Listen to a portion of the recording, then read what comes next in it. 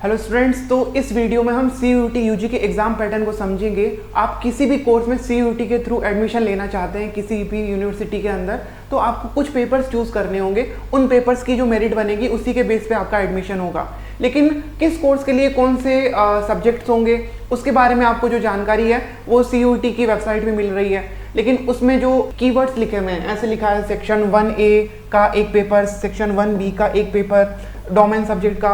तो आपको इस पैटर्न को बहुत अच्छे से समझ लेना है ताकि आप किसी भी कोर्स को चूज करो तो काफ़ी इजी रहेगा आपके लिए। तो ये जो लैंग्वेज सेक्शन है, इसके अंदर लैंग्वेज के पेपर दिए हुए हैं और लैंग्वेज पेपर के अंदर कितने क्वेश्चंस आने वाले हैं? 50 क्वेश्चंस आने वाले हैं और आपको करने कितने हैं? 40 क्वेश्चंस। यानी कि आप 50 में से 40 क्वेश्चन करें और 10 क्वेश्चन आप क्या कर सकते हैं? छोड़ सकते हैं। ये जो 40 क्वेश्चन आप अटेम्प्ट करेंगे उसी का मार्क्स आपका जुड़ेगा। समझ में आ गया होगा इतना। अब हम आगे देखते हैं कि डोमेन पेपर। तो डोमेन पेपर्स होगा सेक्शन 2 के अंदर, जो अलग अलग कोर्स के लिए अगर रिक्वायर्ड होगा तो वहां आपको इन 27 डोमेन पेपर्स में से एक पेपर या फिर 2 पेपर या फिर 3 पेपर, जैसे जैसे आपको वहां कोर्स में लिखा हुआ है वैसे आपको चूज करने हैं। ये डोमेन पेपर होते क्या हैं? ये वही सब्जेक्ट्स होते हैं जो आप ऑप्शनल क्लास 11-12 में लेते हैं, जैसे फिजिक्स, केमिस्ट्री, मैथ, साइंस के लिए, अकाउंटेंसी, कॉमर्स के अंदर, और ये बिजनेस मैनेजमेंट वगैरह होता है। उसके अलावा ह्यूमैनिटीज़ के सब्जेक्ट्स आर्ट्स में। तो ये जो है डोमेन पेपर्स हैं, इनके अंदर कितने क्वेश्चंस आएंगे इसके अंदर आपको थोड़ा और ध्यान देना है कि तो जो डोमेन पेपर्स में जो क्वेश्चंस आने वाले हैं वो तो या तो आएंगे आपके 40 क्वेश्चन या फिर आपके आएंगे 50 क्वेश्चन।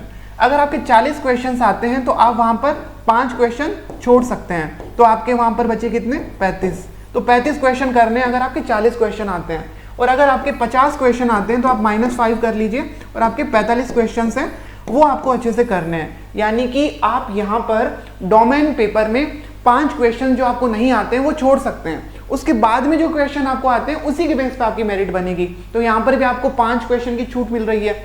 और आगे जनरल टेस्ट जो है ये क्या है ये समझ लेते हैं।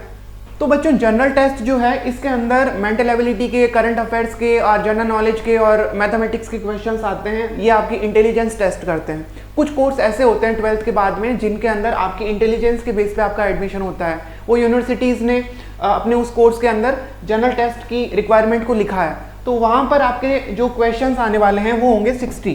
ओके, 60 क्वेश्चंस में से आप -10 कर लीजिए जो आपको नहीं करने हैं, और उसके बाद में जो आप 50 क्वेश्चन होंगे उन्हीं को जिनको आप करेंगे उसी के बेस पे आपकी क्या बनेगी? मेरिट बनेगी।